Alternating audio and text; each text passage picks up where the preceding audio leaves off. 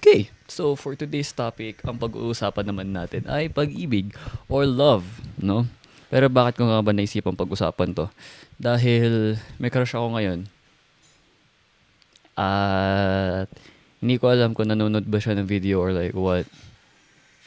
Hindi rin naman to para sa kanya to, itong video na to, hindi talaga.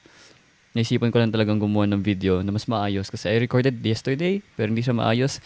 Ngayon we're gonna follow a specific format para mapag-usapan natin lahat ng mga gusto kong mapag-usapan na medyo maayos-ayos at hindi yung magulo. Gusto ko yung structured, bale, no? Ay, may crush ako. Same department. Pakiramdam ko mas matanda ako kumpara sa kanya. Ba't ko siya nagustuhan? Physical looks nagsimula. Hanggang doon pa lang naman. May piercing sa, may tattoo siya, and then like, yung may kulay yung buhok niya. And I love her two versions. Yung one kasi is like, the alt ba yung tawag doon? Basta yung self niya na bigay na bigay. And then we also have her second self, which is yung nursing self niya kung saan nakaban siya, napakaayos ng buhok niya, tapos wala siyang piercing, wala siyang ganyan, tapos di na pinapakita yung mga tattoos niya and the likes. Like we have like the all-out outfit or version of her, and then we have like the nursing professional, nursing student na ganon. Okay? Pero unang-una, let's go define what is love. Kasi na-define ko siya dati. Hindi ko nga alam malala ko na yung paano ko dinefine yun. Pero ngayon, para sa akin, love is what? Hindi ko alam. Para sa akin kasi ang pag-ibig o ang pagmamahal ay isang journey, isang panglalakbay. Sabihin na lang natin it's an intimate journey of one another, no? Towards the goal of having a tahanan. Yun na lang definition natin. Yeah. Ngayon, meron kasi akong dalawang babae sa buong buhay ko. Dalawang babae ang minahal ko na sobra. Dalawa lang. Okay. Dalawang babae yung minahal ko. Tapos tatlong failed talking stages na yung isa tumagal ng isang buwan, dalawa tumagal lang ng isang linggo. And this is all online. Yung isa sa dating app, the yellow app, and then the second and the third is like from Discord, no? Sa first love ko naman kasi, yun yung in real life. Yung dalawang babae, sa totoong buhay yun, like physical talaga.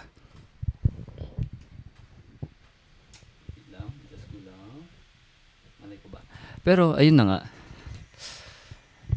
I was high school. From grade 6 to grade, sabihin na lang natin to grade 11, ganun.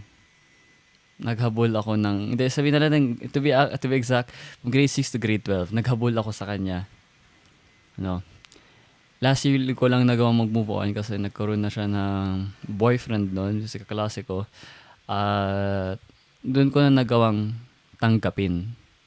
After so many years, doon ko palang nagawang tanggapin na okay, wala na talaga. Like parang na-realize ko rin yung self-worth ko nun kasi habol ako ng habol sa kanya. Throughout the years, habol ako ng habol. I keep on writing letters. Chinachat ko siya and stuff like that. Umaasa. Nung first time kasi ako umamin, na-reject ako. Third time rejected. Ngayon, bakit ako nag-push further after the third rejection? Kasi, nung high school, meron siyang MU. Or siya boyfriend, yeah. Meron siyang boyfriend doon. And best friend ko yung boyfriend niya nun. And sinabi niya sa akin na she was stuck in between choosing me and JC. Based yung pangalan kasi ng guy. No? Nung sinabi niya sa akin yun, parang that was the signal to push on. That was the signal na, okay, so kung pinagpatuloy ko pa, if naging consistent ako sa actions ko and stuff like that, I may have a chance sa kanya, di ba? Pero hindi, wala. Never naging kami, pero Kaya ko siya na-consider na first love ko kasi sa kanya ko unang naramdaman yung tipong pagkagising ko sa umaga, chat ko siya o kaya titignan ko yung messages ko, nag-message siya or what.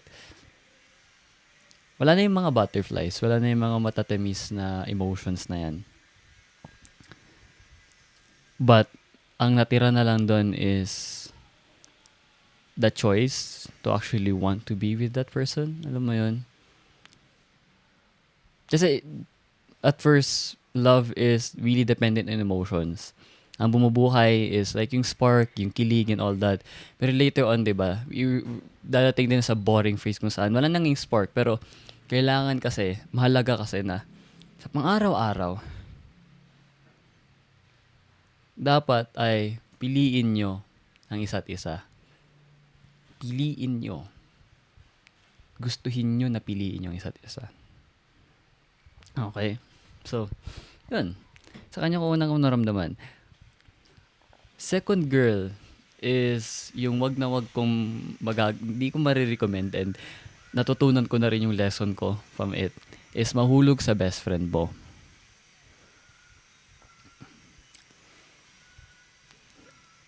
Mahulog sa best friend mo. I have may best friend ako, girl best friend. Not a typical girl yung naglalandian na, hindi yun ganun. Man, it ain't like that. Yung girl best friend ko was a friend, obviously babae na I can always count on. And matagal na kami magkaibigan simula, grade 4 until now, no? Along the years kasi, there will be times, there will be days where I will have feelings for her. And hindi ko siya nailabas, hindi ko pinili na iamin kaagad sa kanya. Because in my mind at that time, sinasabi ko na masyadong importante yung pinagsamahan namin for me to sacrifice it for a relationship. A romantic relationship. Hindi ko kayang isakripisyo. Hindi ko siya kayang mawala. Kaya hindi ako umamin nun. Sinupress ko siya, tapos pag suppress, biglang mahulog ulit ako sa kanya, tapos suppress, mahulog ulit ako sa kanya. It's a continuous cycle, basically. No? And then, dumating this year. It was April. Magpa-finals na kami nun. And I've been complimenting,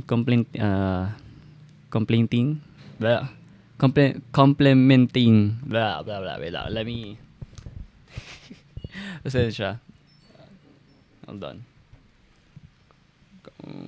Let me just short start a bit, because nakalimutan ko na.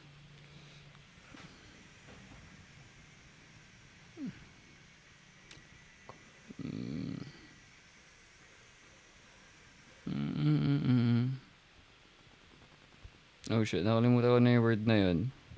I was contemplating whether aamin ba ako sa kanya or hindi.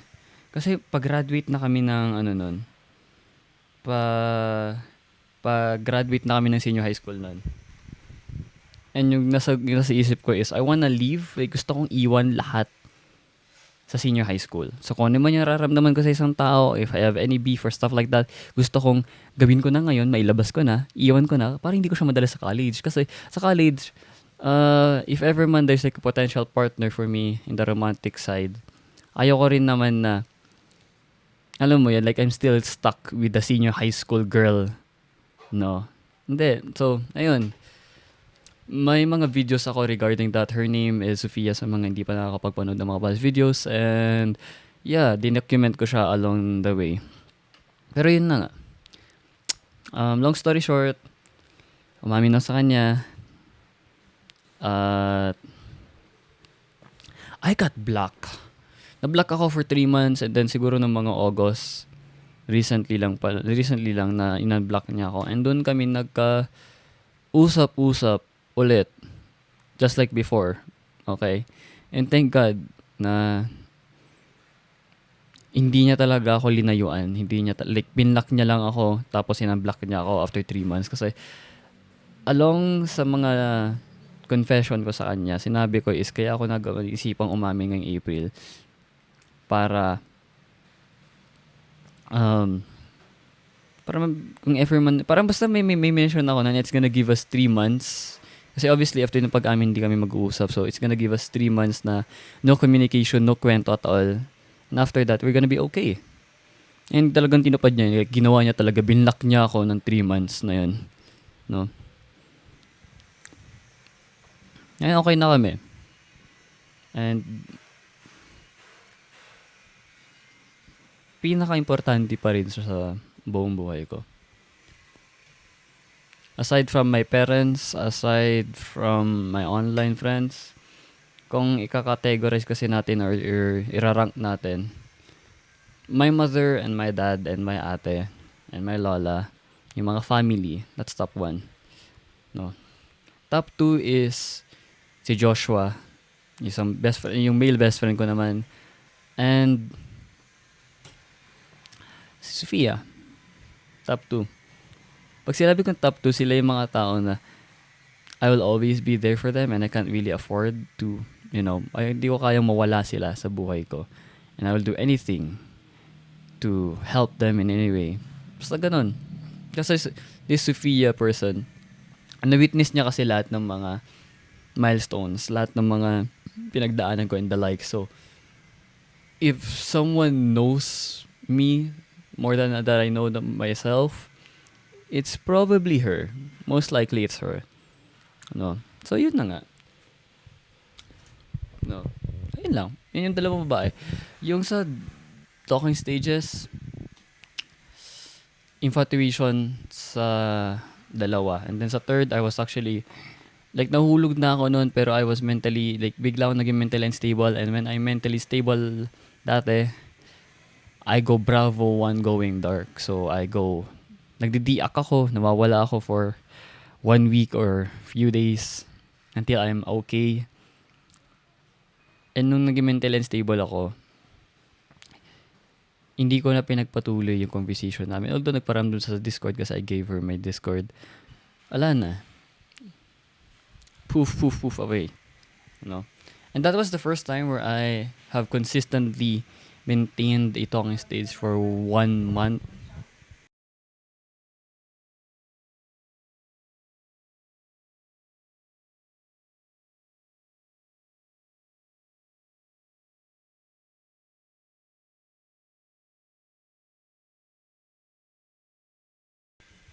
Okay.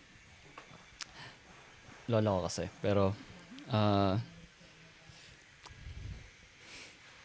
okay, pag-uusapan kasi naman natin is kung paano nga ba ako magmahal.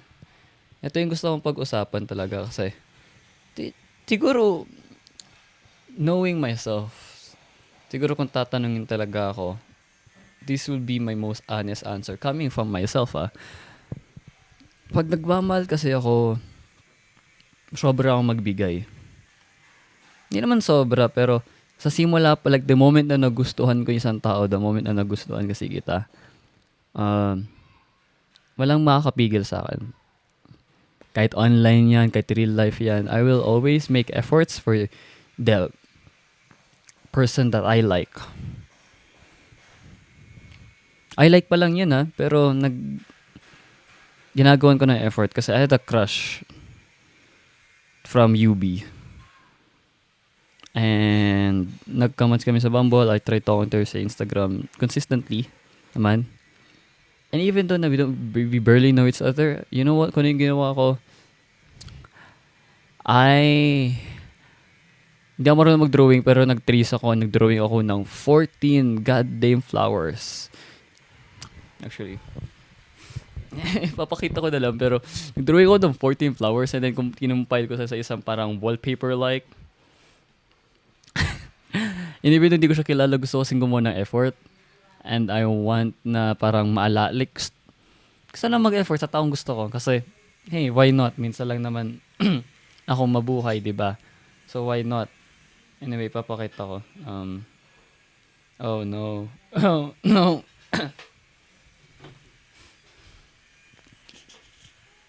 Ganyan siya. Okay, lahat yan dinrawing ko sa iPad. 14 flowers kasi it was like I was planning. Sinend ko kasi siya during Valentine's Day. So, Gusto ko pa lang tong taong to. Pero ito yung ginawa ko. I'm not like glazing myself or like, ay, hindi, ganyan ka pala. Hindi, hindi, hindi, hindi. This, ay, kayo bahala kung maniniwala kayo sa akin or what. Pero, ito taong gusto ko pa lang to. Hindi ko pa naman siya mahal. Okay? So, going back. May effort ako sa simula pa lang. Lalo pag gusto kita, I'll make efforts talaga. Kung may circumstances, kaya natin lagpasan yan. Kaya kong gawan ng paraan yan. I am willing to learn the things that you love. Even though na hindi ako marunong dyan. Kahit I'm not really a mastery of those hobbies or such things that you love or like. I am willing to learn it for you. Like, basta ganun. Kasi, dun din kay Sofia, hindi ako marunong gumawa ng paper craft. Like, I have no idea sa mga origami na yan. Pero bra, nagsayang ako ng papel. Inaral ko kung paano gumawa ng heart na origami and heart na ganyan na stuff like that. Even though like I have no expertise on that. Paper rings and all that. Yeah, inaral ko kasi I wanted to make an effort. At some point, feeling ko talaga ganun. Pag may nagugustuhan akong tao, nakakalimutan ko na magdahan-dahan and I always give talaga. Give and give and give. No? To the point na minsan, hindi ko rin nare-realize kung naging istorbo ba ako or like sobra ba itong ginagawa ko or what. Kasi by times where like, I feel like kasi like right now, kinapalan ko yung mukha ko, nag-send ako ng reel sa crush ko, tapos sinabi ko, hindi ko naman atay kakamati kung medyo nagpapapansin ako sa'yo, no? Old Ryan will never do that, pero ginawa ko kasi may rason ako dyan. Pero mamaya tayo pag-usapan yung crush ko. That's a separate topic, pero sa video pa rin na to. No? Ngayon, wait lang. Nasaan yung format natin? Nasaan yung format? Ayun, okay. Ngayon, ganun yung ginagawa ko pag gusto ko yung tao. Pero paano kung mahal ko na siya? 3 indications. 3 indications lang yan. Dito ko masasabi sa sarili ko na, ay shit, in love na ako. Ay shit, malalim na yung nararamdaman ko para sa isang taong na to. Is unang-una, gumagawa na ako ng sulat or sinusulatan na kita. Kasi ginawa ko lang yun sa first love ko and sa best friend ko. Sinulatan ko sila nung ko na-realize. Okay, here's the thing. I love writing letters sa mga taong talagang mahal na mahal ko in the romantic aspect. No? Even though minsan hindi maintindihan na writing ko, minsan hindi sa concise. Siguro nasa Saudi kasi mga iba kong mga papeles, pero I keep draft. Like, gagawa ko ng letter, ito yung draft ko, tapos I'm gonna make a finalized one. Yung mas maayos, yung mas maintindihan yung writing ko. And dun ko i-fold, and yeah. Hindi ko siya ginagawa sa mga, I don't do it sa mga friends or close friends ko. I only write letters for pag mahal ko na talaga yung tao. Second, pag nakita mo yung pangalan mo sa notes app ko, yeah.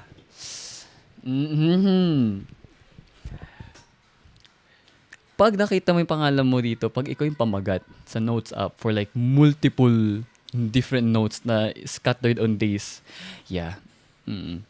Kasi hindi ko naman gagawin yun kung hindi ka naman naka-istorbo sa aking pag-uutak at hindi ka istorbo sa aking sa pagkikilig. Like, kung hindi ako mapakali, I'm just gonna write notes about you. Okay?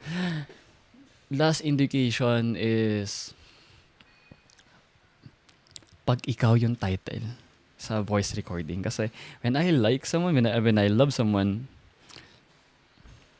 nag-yap ako. I'm gonna yap about them in voice in VMs. Hindi lang VMs. Pero gumagawa rin ako ng mga videong ganito. I'm gonna record myself in the camera yapping about that person. Yun ang indication sa akin pag mahal ko ng isang tao, pag ganun. Then siguro yung pinaka-last indication is eto pinakamalalim na to, is kahit wala na yung mga tamis na yan, kahit wala na yung spark na yan, mas pinipili ko pa rin yung tao na yun. Ganun. No?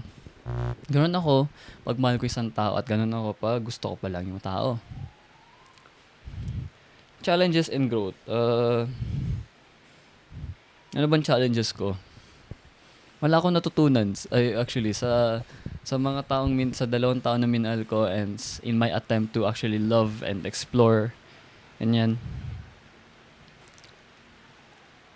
Siguro wala pa kasing nagsasabi sa akin. I don't know. Challenge siguro kasi sabi dito sa format eh, pero wala. Ayos lang.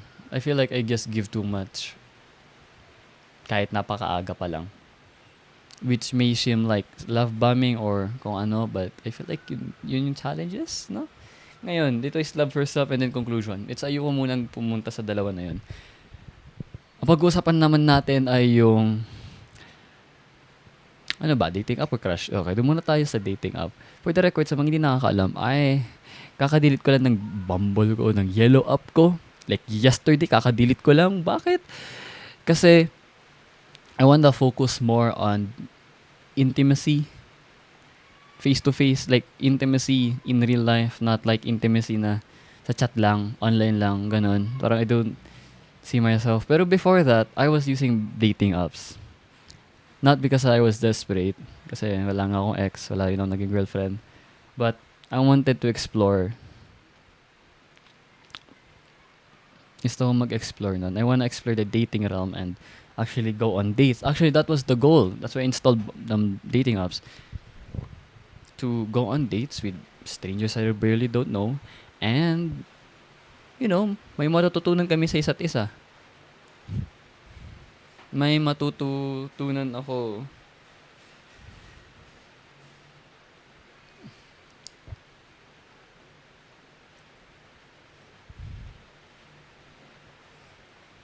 May malalaman ko kasi kung ano yung dislike and likes ko sa isang tao. Like, feeling ko kasi na you can never be too sure of your likes or dislike unless naranasan mo, unless na-witness mo na. So, sa mga dislikes ko kasi, I have no dislikes. So, parang I have yet to explore on that part. Kaya, ayun, tinry ko mag-dating app. Tangan, sa lakas ng ulan, gusto ko tumakbo. Anyway, yun. It was mainly for that. People may have icks when using dating apps and stuff like that. Hinayaan ko na lang kasi lahat tayo ay may kanya-kanyang paraan to, look for love, to explore love and stuff like that. This is my way, dating apps. Ngayon, like I said kahapon, ayun. Nawala ko. Yun yung rason ko ba't ako nag-install and yun din yung reason ko ba't ko dinelete. No? Doon naman tayo sa crush ko. Ini-name drop ko ba? Diyos ko po. Saglit lang.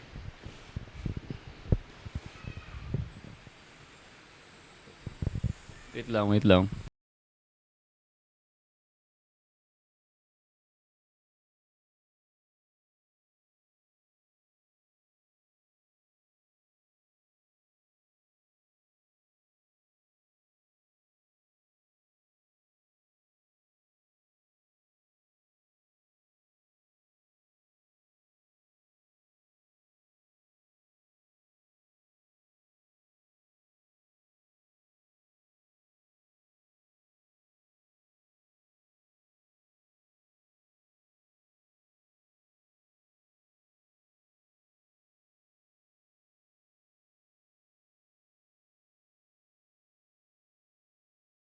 Anyway, okay. Yun naman sa crush ko, hindi ko talaga siya kilala. I don't know her. Like, I barely know her, man. The only reason ko ba't ako tumiklop sa kanya is because she has piercing, she has tattoos and then like colored hair. Which, for the record, normally, hindi, alam mo siguro yung mga kaibigan ko sa Saudi, they will never like that kind of person. They will never like that kind. Yung gusto din kasi nila is like, alam mo yung civilized, decent, decent yung manamit, ganyan. Sa akin kasi, aside from tatlo mga na-mention ko, marunong kasi siyang manamit. Tignan ko yung tignan ko yung IG niya, and then, damn, she knows how to dress, and you know what? I love a woman who knows how to dress well, who knows how to dress certain aesthetics. Kahit ano yan. Like, god damn. Mm-mm-mm. No? Pero yun. Um, Minsan lang kasi ako maging college. Minsan lang naman ako maging first year. Minsan lang naman ako maging magkolehiyo. So, might as well explore and take the risk, you know. Feeling hindi ko naman ata ikakamatay na sumugal ng unting linggo, unting buwan on trying to get to know this person and trying to go on dates with this person. No. Tsaka first year pa lang naman ako, so let me enjoy it. Kasi feeling ko pag nag-second year na medyo maging busy na. So, you know, kaya medyo kinakapalan ko talaga yung mukha ko to the point na feeling ko nakakaya na yung mga ginagawa ko. Pasensya na po kung pinapanood mo to. Ay, yun. Okay? Dito ako tumiklop. And honestly, kung pinapanood mo to, I would love to actually go on dates with you and spend time with you. No? Because I want to know you. Like, gusto pa kitang makalala. You know? And I'm for the record, I'm not doing all of this just to be friends. Okay? Pero pwede tayo magsimula dun if that's what you prefer. Pero anyway, yun nga, dun sa crush ko. Lakas ng ulan. Oh my God. You know what? I'm gonna run after this. Pero, yun. Whew. Yan lang naman yung rason ko. Yun lang talaga iniisip ko. Why might as well lumandi ako. You know, try, take the risk. Habang first year pa ako, ganyan. Kasi ano namang mawawala sa akin? Siguro yung pride. Hindi ba, ano namang mawawala? Like, honestly, kung iisipin natin, ano bang mawawala sa akin pag kinapanan ko yung mukha ko? Sure, I might seem like, ay, papansin talaga to. Ay, feelingera talaga to. Ay, sumera talaga to. But, hey, sabi nga ni Marcus Aurelius, choose not to be harmed and you will not be harmed. Meaning, kung pinili mo hindi ka magpaka-apekto sa mga sinasabi nila, and you just, you know, kung alam mo naman talagang ginagawa mo, hindi ka naman nakakasakit ng tao, why bother, diba? So, wag ka magpa-apekto. So, kahit anong sabihin nila sa akin, hindi ako magpapa-apekto if kung yung ginagawa ko lang naman is nagpapapansin ako, diba? So, yun. Yun. Okay. Ano pa ba? Bakit naman sabihin nyo, puno-landi-landi lang naman ako? Hindi. Punong-puno rin ako ng self-love. Feeling ko naman punong-puno ako ng self-love. Like, I'm mentally sane. I'm mentally stable and I'm emotionally stable as well. No? So, ayun. I'm trying things out and stuff like that. No? Hindi ko nga rin alam kung ba't ko naisipan gumawa ng ganitong topic na about love. Honestly, wala talaga sa plano ko. Pero I wanna talk about it kasi why not? Diba? Documentation din to ng sarili ko. Ang nakalagay dito, conclusion. Ano ba tatapusin na ba natin yung video? Hindi ko sure. Yung nanay ko kasi palpak siya sa pag-ibig. So, medyo at times ay inisip ko, what if nakuha ko yung kamalasan ni mama sa pag-ibig? Pag sinabi kong kamalasan, failed relationships and divorce and the likes, no? And I don't know. Sabi kasi ng nanay ko, Ryan, pumasa ako sa lahat. Nalagpasan ko lahat. Pero yung lintik na pag-ibig na yan, dyan ako lugi. Alam mo, malapit na ang labasan. Pag kanina pang umuulod, I'm gonna run. Pero, here's the conclusion part.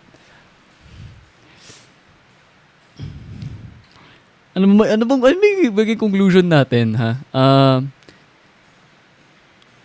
Wag kang magmamahal kung di mo kayang mahalin sarili mo. Wag kang magmamahal kung yung bagay na kaya mong i-provide sa mga ibang tao na mahalaga sa'yo ay hindi mo kayang i-provide sa sarili mo muna. Okay? If you can provide for yourself, if you can take care of yourself, you know, if kayang-kaya mo talaga sarili mo and then you have the energy, you have the time, and you have to have the willingness on taking care or spending time with that person because Pag kasi nagustuhan mo isang tao na yan, hati-hati na kayo. Ibig sabihin, kung ano yung maging problema niya, maging problema mo na rin niya. So, like, alam mo yun, you don't really have to be mentally perfectly stable. Pero kailangan mo kasing balansehin and you have to actually want to spend time with that person if yun yung ibig kong sabihin, no? Huwag kayong masyadong magbigay. Be the opposite of nonchalant, pero wag niyo nang sobrahan to the point na parang as in sobra-sobra na like beyond effort. Na I mean, it's good, that's good. Pero I feel like hindi kasi magugustuhan ng mga babae yung pag masyado ka na nagbibigay, nagsisimula pa lang naman kayo, di ba? So, hinay-hinay lang, wag niyo akong gayahin, okay? And magmahal ka lang siguro pag handa ka na. I mean, it's cliche, but yeah. And don't rush it. Don't honestly rush it. And here, ito. If you want to explore love, go ahead. But I mean, the exploration is go on dates, use Bumble, use Tinder, use dating apps. Go to like random dates. Go to like a blind date. Okay? Kasi, paano naman kasi natin malalaman kung yung taong to or kung yung gusto natin sa isang tao ay ganito? Like, how the hell would we know? No? How the hell would we know if we're not gonna explore? Paano tayo matututo sa pag-ibig? Paano natin malalaman na, okay, at itong taon to para sa akin, itong taon to hindi siya para sa akin kasi may mga traits na hindi ko gusto. Paano mo malalaman yung likes and dislikes mo sa isang tao if you're not gonna explore? Okay? So, hayaan mo yung masasabi ng iba. You do you. Okay? Meaning, if you wanna use dating apps, go ahead. Hey, malaya tayong magmahal. Malaya din tayong mag-explore. No? So, I'll say, fuck them and just do your thing. Okay? Yun lang naman. Last advice, malayang umibig tayong lahat. Mapababae sa babae, lalaki sa lalaki. No? Malayang umibig tayo because love has no boundaries. Actually, it has. Pero what I'm trying to say is like love has no boundaries between genders. No? We have to stop the thinking na lalaki at babae lang dapat ang magmahalan when love is really all over the place. And wala dapat siyang standard na dapat babae lalaki lang, hindi. Love is love is makalaya, malaya tayo umibig. Yun nga. So, kung may gusto ka sa lalaki, go ahead. Kung may gusto ka sa babae, go ahead. Dude, minsan lang naman tayo mabuhay, so might as well love the person that we actually love regardless of their gender. Wag kayo na, ay, hindi kasi hindi ako like, what if isipin nila bading ako or like ganyan na. Hey, listen here. Minsan lang tayo mabuhay. Kung tumitiklop ka sa lalaki, tapos sa lalaki ka, go ahead. Ano po bibigil sa'yo? Kasi, don't, like, here's the thing, okay. Wag naman kasi, wag doon.